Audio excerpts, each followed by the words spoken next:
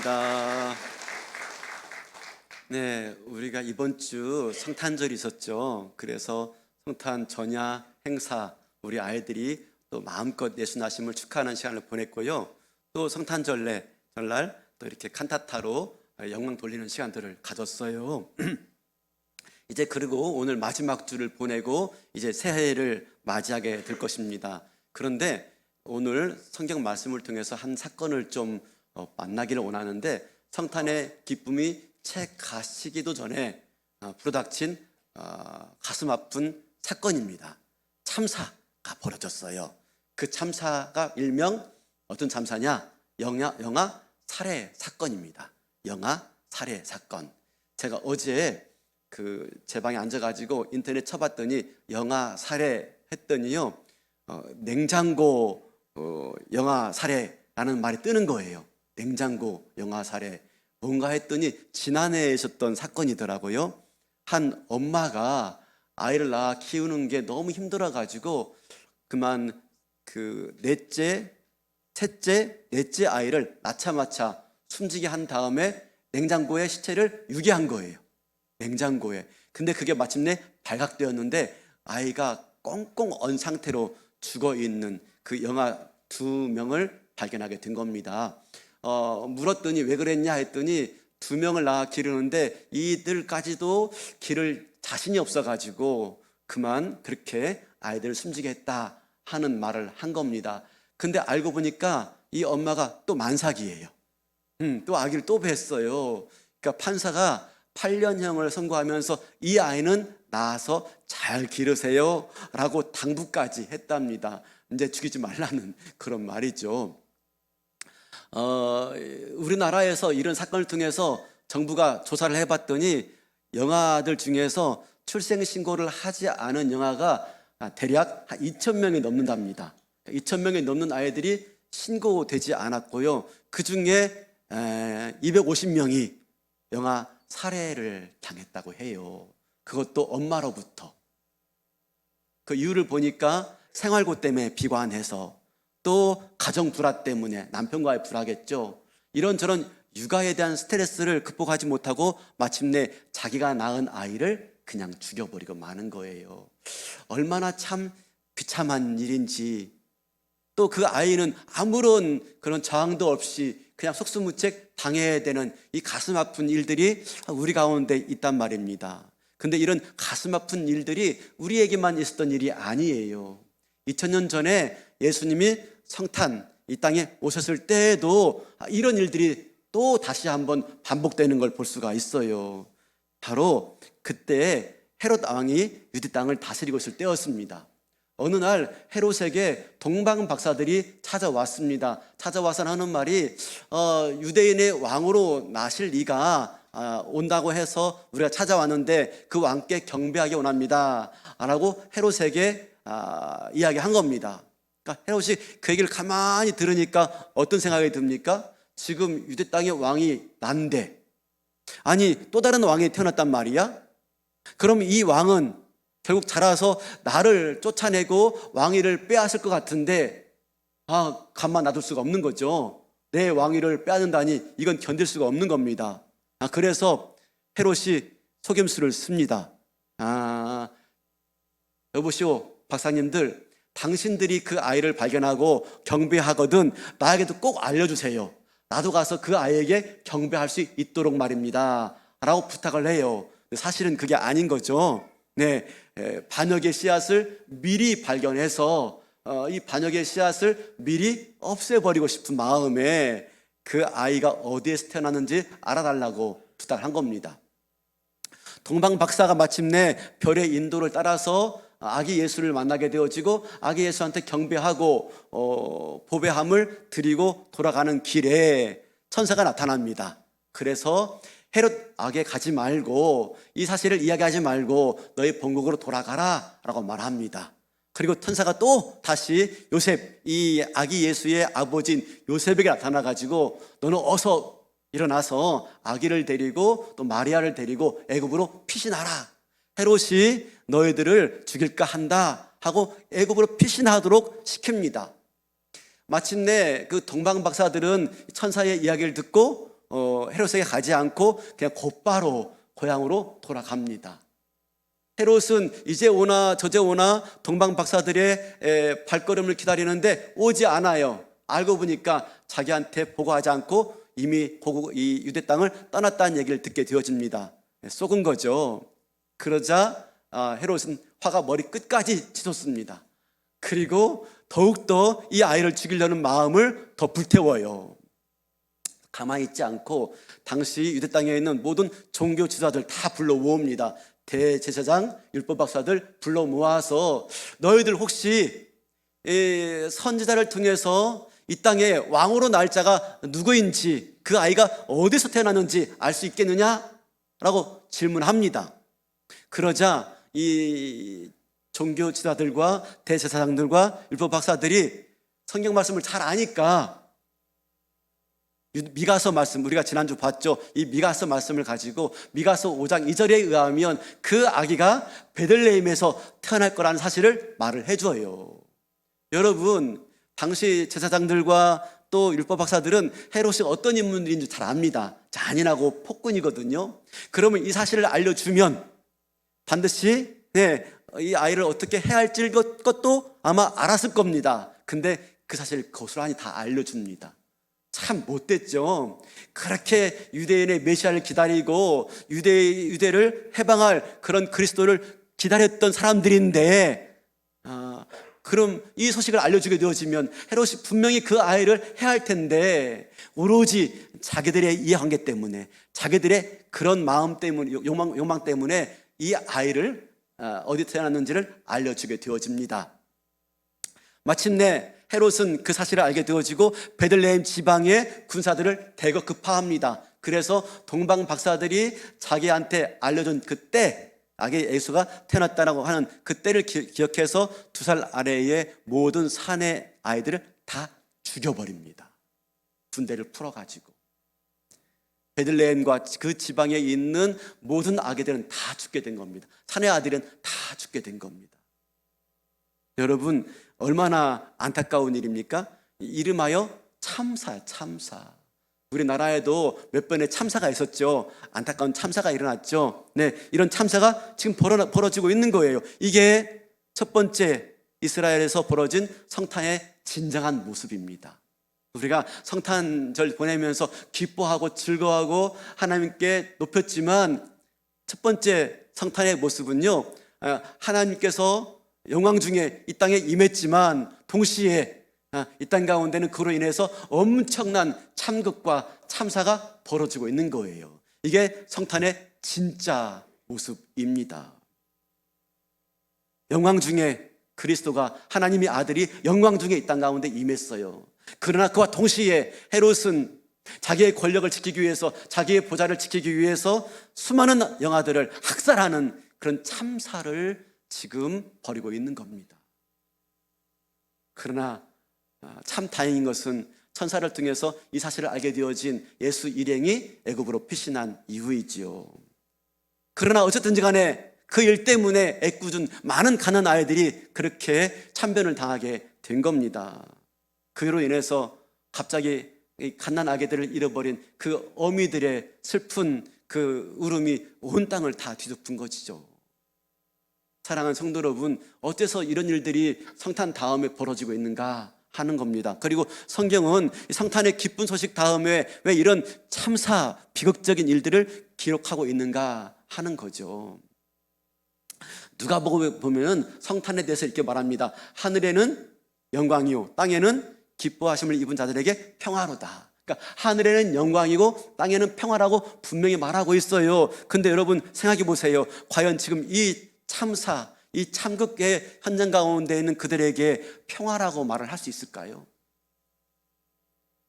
예수는 태어난 지 얼마 안 되어서 애굽으로 급하게 피신해야 되고요, 마리아도 산후조리도 못한 채 먼 길을 떠나야 했던 것입니다. 그리고 그로 인해서 많은 가난한 아이들이 그냥 무참하게 살육을 당하는 그런 일들을 지금 겪고 있는 겁니다. 이런 모습이 과연 평화라고 말할 수 있는 모습일까요? 엄마들은 갑자기 나타난 군사들에 의해서 갓난아기를 빼앗기고 자기 눈앞에서 그 아이들이 그냥 무참하게 살육당하는 모습을 봐야 하고요. 넋을 놓고 가슴을 치고 있는 자기 아내를 바라봐야 되는 그 남편들의 또 마음은 또 얼마나 무너지겠습니까? 과연 이 모습이 평화라고 말할 수가 있습니까? 이해가지 않는 사건이죠. 인간적으로 생각하면은 하나님에 대한 원망이 생기고 그렇게 태어나신 예수님께 원망이 생기죠. 아니, 뭔 이게 인류 구원이고, 뭔 이게 평화이고, 뭔 이게 하나님의 사랑이라고 말할 수 있는지 이해가 되질 않습니다. 이런 일 필요 없으니, 구원이고, 사랑이고, 평화고 필요 없으니 이런 일만 생기지 않도록 바라는 게 우리 마음 아닙니까? 구원도 필요 없어요. 사랑도 필요 없어요. 평화도 필요 없어요. 이런 일 안 당하는 게 오히려 나아요. 이게 우리 마음 아닙니까? 그렇죠. 근데 한번 가만히 생각해 보자고요. 이 일들 때문에 무조건 하나님을 원망하고 예수를 탓할 일만은 아니라 하는 거죠. 아니, 이 모든 일들이, 이런 참극이, 이런 참변이 예수 때문이야 라고 과연 말할 수 있느냐 하는 겁니다. 왜냐하면 우리가 출애굽 사건을 보지 않습니까? 이스라엘 백성들을 모세가 애굽에서 탈출시킵니다. 근데 그런 과정마다 모세가 얼마나 곤경을 겪습니까? 이스라엘 백성들이 출애굽한 다음에 닥치는 현실이 뭐였죠? 네, 요단강을 만나고, 홍해를 만나고, 그리고 척박한 광야에서 먹을 거 없이 얼마나 고생합니까? 잠자리가 편합니까? 네, 그냥 한 대의 잠을 자야 되고, 그 잠도 편하게 잠 못 잡니다. 언제 애굽의 군대가 쫓아와가지고 자기들을 덮칠지 모르니까 잠을 잔 것도 아니에요. 또 광야에 들어가서 보니까 먹을 게 없어요. 마실 것도 없어요. 그래서 뭐라고 말하죠? 차라리 우리가 이럴 바에는 애굽에 있는 게 나았겠다라고 말을 해요. 거기서는 굶주리는 것도 없고, 거기서는 고기도 먹을 수 있는데 라고 말합니다. 여러분, 지금 그러면서 이스라엘 백성들이 누굴 원망하죠? 하나님을 원망하고 모세를 원망해요. 근데 가만히 생각해 보자고요. 이게 진짜 모세를 원망할 만한 일이에요?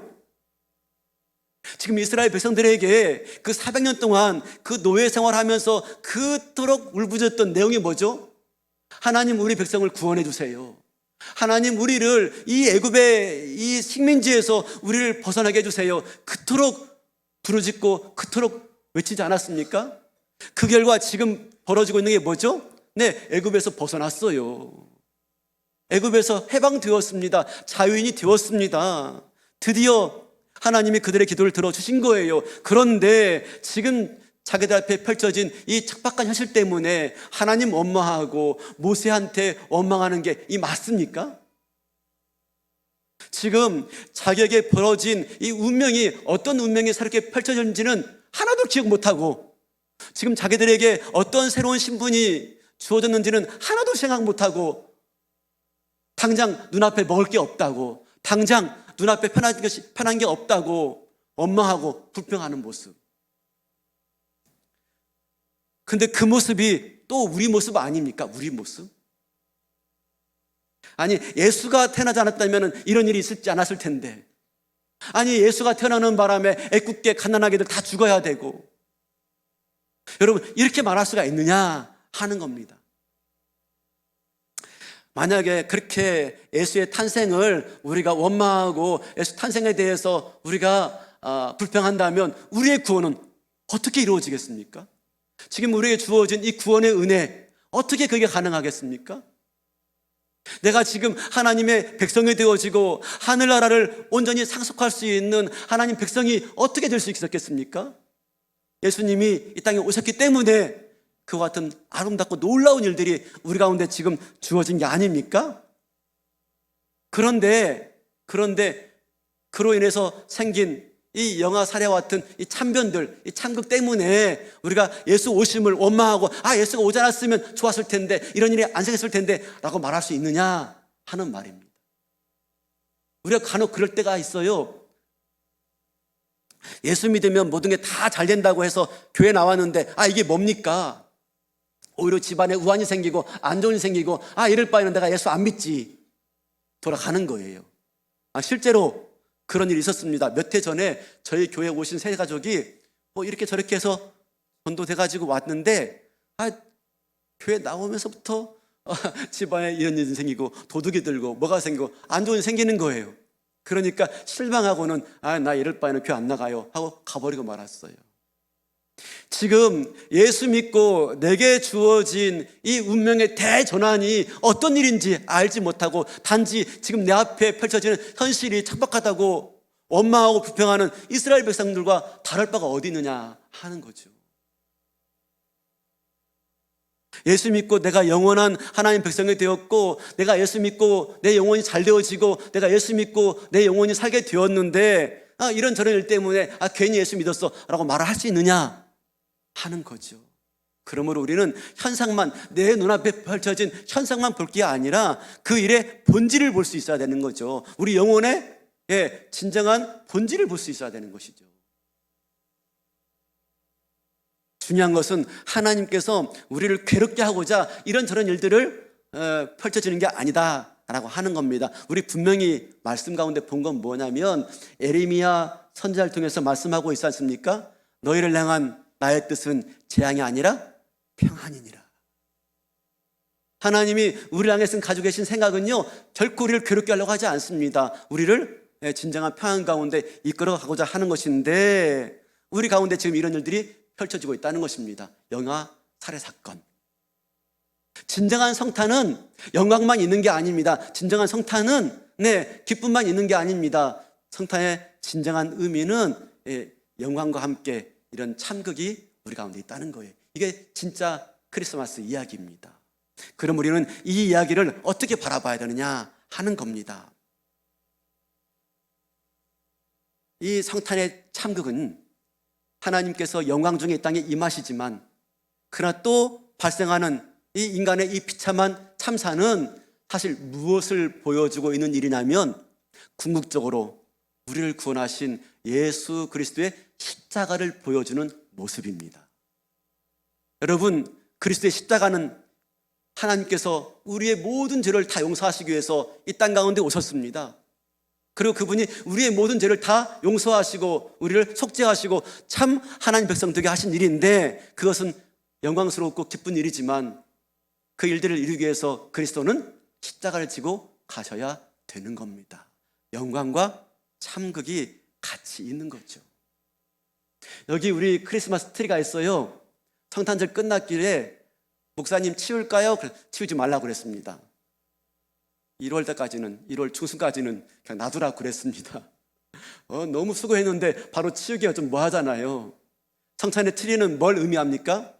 이 성탄의 진정한 이 트리는, 이 나무는 나중에 자라서 마침내 한 남자가 골고다 언덕 위에 자기가 달릴 나무를 지고 올라가야 될 그 나무를 의미하고 있는 것입니다. 십자가를 보여주는 거예요.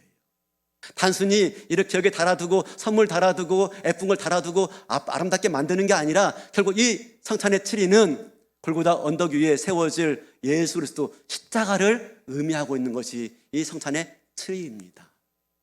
성탄의 진정한 이야기, 하나님의 영광과 그 영광스러운 아기 예수의 임재와 우리를 구원하시기 위해서 내려오신 하나님의 영광스러운 임재와 더불어서 우리 죄를 지고 마침내 속죄 양으로 돌아가셔야 될 이 가슴 아픈 참극과 참사가 같이 공존하는 것, 이게 성탄의 이야기이고 마침내 십자가의 골고다 언덕 위에 십자가의 구원 사건인 줄로 믿습니다. 우리는 이걸 같이 볼 수 있어야 돼요.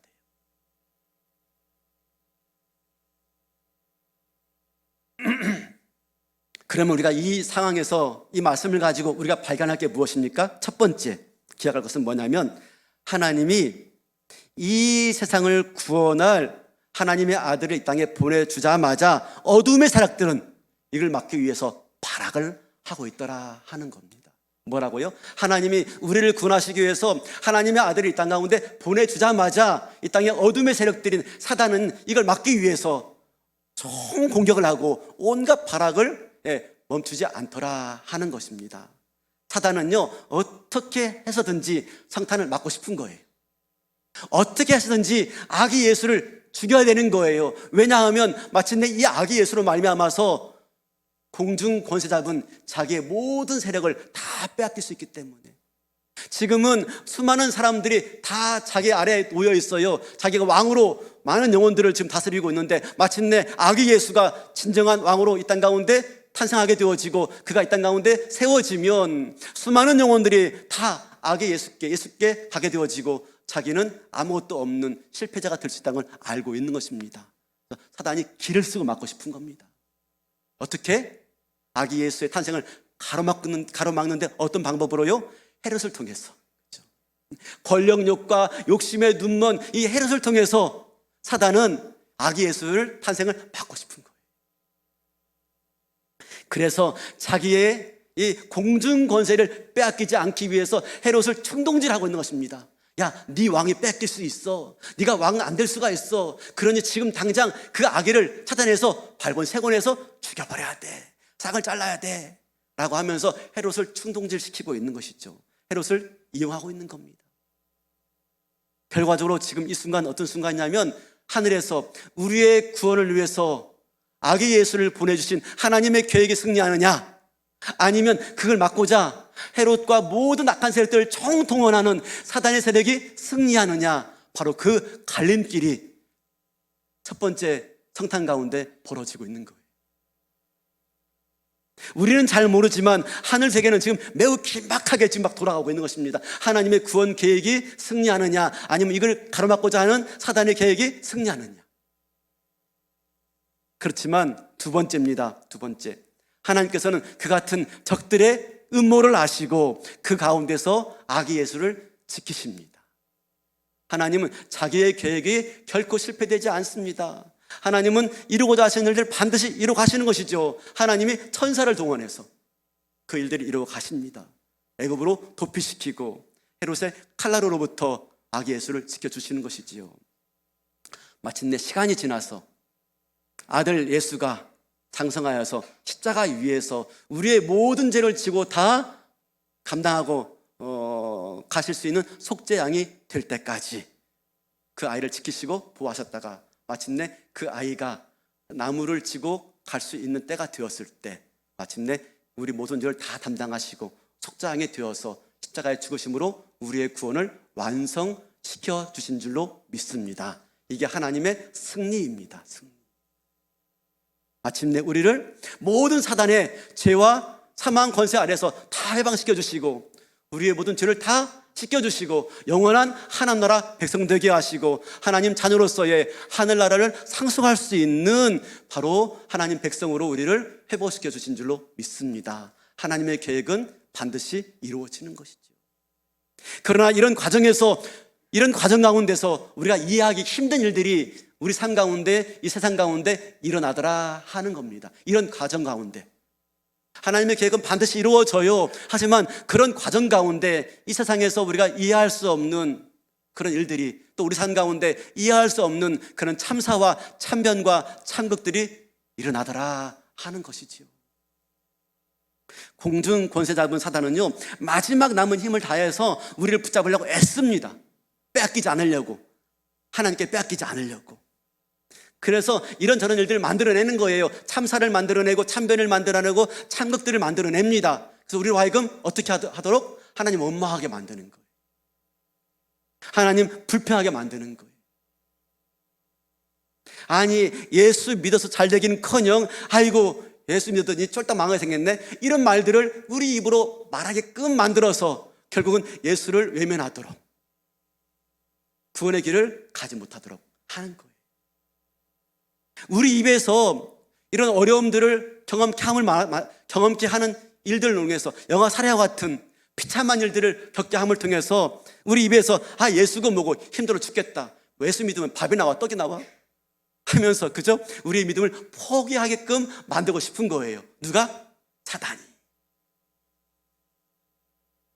우리의 이 믿음을 이 모양 저 모양 유혹하고 마침내 우리 믿음을 포기하게 만들어서 자기의 권세 아래 우리를 두게 하고 싶은 겁니다. 아니, 예수 믿었는데 갑자기 병 생기고, 예수 믿었는데 병도 낫지 않고, 예수 믿었는데 사업도 잘 안 되고, 이 고생하느니 차라리 예수 안 믿고 그냥 마음 편하게 지내지 뭐 하면서 우리의 믿음의 소망을 잃어버리게 만들 일들을 또 계획하고 있다는 겁니다. 영화 살해와 같은 일들을 말입니다. 사단이. 이게 사단의 전략이에요. 우는 사자와 같이 저와 여러분들 향해서 또 달려왔고 또 달려올 겁니다. 이게 지금 우리가 성탄 이후에 맞이해야 될 현실이에요. 마냥 기쁘지만은 않아요. 마냥 영광스럽지만은 아니에요. 영광과 참사가 같이 있습니다. 그게 성탄의 진짜 이야기라니까요. 진짜. 그러나 중요한 것은 뭐냐면 결국 우리가 깨닫는 건 뭐냐면 마침내 하나님 나라는 이루어지고 마침내 하나님의 구원은 완성되되 그때까지는 어둠의 세력들이 하나님을 거슬리려고 애쓸 것이며 우리들은요, 하나님을 섬기는 우리들은요, 그 믿음을 포기하지 않고 마침내 끝까지 싸워야 된다 하는 겁니다. 뭐라고요? 네, 마침내 하나님의 계획은 완성될 거예요. 주의 나라는 이 땅 가운데 분명히 굳건하게 세워질 것입니다. 그러니까 그때까지 사단은 모든 방법을 다 동원해서 우리를 비참하게 만들고 참사와 참변과 천국으로 이끌어 가서 우리의 믿음을 꺾고자 만들 겁니다. 그러나 그때까지 우리는 믿음 포기하지 말고 하나님의 약속은 반드시 이루어진다 하는 걸 믿고 믿음 포기하지 말고 있는 자리에서 우리가 믿음으로 선한 싸움을 싸워야 된다 하는 겁니다. 이게 오늘 우리가 붙잡아야 될 말씀이에요. 사랑하는 성도 여러분, 우리에게는요 싸워야 될 영적 전투가 남아 있어요. 이게 하나님의 뜻입니다. 하나님은 성탄 다음에 바로 이 땅 가운데 하나님 나라가 짱 이루어지게 하지 않았어요. 우리 같으면 얼마나 좋아요? 예수님 나시자마자 막 급성장해. 그죠? 갓난아기가 갑자기 막 일주일 만에 어른 되어지고 그래가지고 하나님 나라를 딱 완성하고 재림하시고 구원하시고 하나님 나라를 만드시면 얼마나 좋아요. 근데 하나님 그렇게 하지 않으세요. 성탄 다음에 모든 게 다 완성되게 하지 않는단 말입니다. 아기 예수로 태어나야 했고요, 수많은 시간들을 거쳐야 했고 마침내 3년의 공생애를 지냈다가 그렇게 십자가에서 고난과 조롱과 멸시를 당하시고 우리의 모든 죄를 다 담당하신 다음에 그렇게 죽으시고 마침내 부활하심으로 하나님의 온전한 뜻을 이루어 주셨습니다. 이게 하나님의 뜻이고 계획입니다. 하나님은 우리가 예수 믿으면 모든 게 그냥 다 이루어지고 모든 문제가 다 해결되어지고 다 승리하는 것으로 만들어주지 않았어요. 우리에게 믿음을 주시고 그 믿음을 가지고 잘 인내하고 그 믿음으로 반응하고 순간순간 어려움이 있고 오해가 있고 유혹이 있고 아픔이 있고 참사가 있어도 그런 순간순간들을 믿음을 가지고 잘 인내하게 하시고 하나님의 계획은 반드시 이루어진다는 걸 믿고 싸워서 마침내 믿음으로 쟁취할 하나님 나라를 하나님은 우리에게 허락하신 줄로 믿습니다. 하나님 나라는 그렇게 얻어지는 것입니다. 그냥 얻어지는 것이 아닙니다. 그러므로 우리는 분명한 것은 이 싸움은 반드시 끝이 있다 하는 겁니다. 그냥 계속 싸워야 되는 그런 싸움 아니에요. 이 싸움은 반드시 끝이 있고 그 싸움의 끝은 승리다 라고 하는 걸 믿어야 됩니다. 그게 요한계시록이에요. 요한계시록이 666 나오고 휴거 나오고 막 그러는데 이상한 얘기가 아니라 요한계시록은 뭐죠? 요한계시록은 마침내 교회가 승리한다. 수많은 박해와 수많은 핍박이 있다 할지라도 마침내 하나님은 교회와 함께 하시고 성도와 함께 하시고 마침내 승리케 하신다라고 말씀하는 게 요한계시록의 말씀이에요. 그러므로 오늘 또 우리 이 믿음의 싸움을 중단하지 않고 마침내 승리한다라고 하는 이 믿음을 가지고 선한 싸움을 싸워가시는 저와 여러분 될 수 있기를 바랍니다. 사랑하는 성도 여러분, 한번 이 시간에 우리 형편을 좀 살펴볼 수 있기 바랍니다. 우리가 진짜 기쁘게 성탄을 맞이했습니다. 그렇지만 여전히 이런저런 일들로 인해서 우리 삶에 아픔이 있고 괴로움이 있고 문제가 있지요. 성탄 축하 예배 드렸지만 갑자기 내 삶이 나아진 건 없습니다. 그렇죠? 성탄 예배 드렸지만 이런저런 일들로 인해서 또 우리가 마음의 근심과 걱정이 또 생기고 있습니다. 그렇죠? 성탄 예배 드렸지만 오랫동안 앓았던 병이 갑자기 나아지지도 않습니다. 성탄 예배 드렸지만 안 되던 사업이 갑자기 잘 되는 것도 아닙니다. 말 안 듣던 아이들이 말 잘 듣게 되어지고 남편이 돌아오고 아닙니다. 그러나 이것들 앞에서 우리가 무너질 게 아닙니다. 언제나 막는 세력이 있고 방해하는 세력이 있고 언제나 우리의 믿음을 꺾는 세력이 있다는 것을 잘 알고 중요한 것은 아무리 힘들고 어렵다 할지라도 믿음이 승리한다라는 믿음을 가지고 이 어려움들을 잘 이겨내시는 저와 여러분 될 수 있기를 바라겠습니다. 이 믿음을 하나님은 지금 우리에게 요구하고 계시고 이 믿음으로 승리할 수 있도록 우리 하나님은 지금도 교회를 허락하시고 또 성령님 보내주시고 성령을 통해서 승리할 수 있도록 이기게 하시는 하나님이신 줄 믿으시기 바랍니다. 이제 내일 모레면 새해를 맞이합니다. 저는 이 성탄절이 이렇게 연말에 있는 게 참 의미가 있다 싶습니다.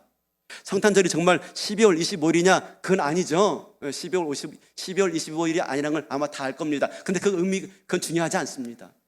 진짜 예수님 탄생일이 언제냐? 그건 중요하지 않습니다.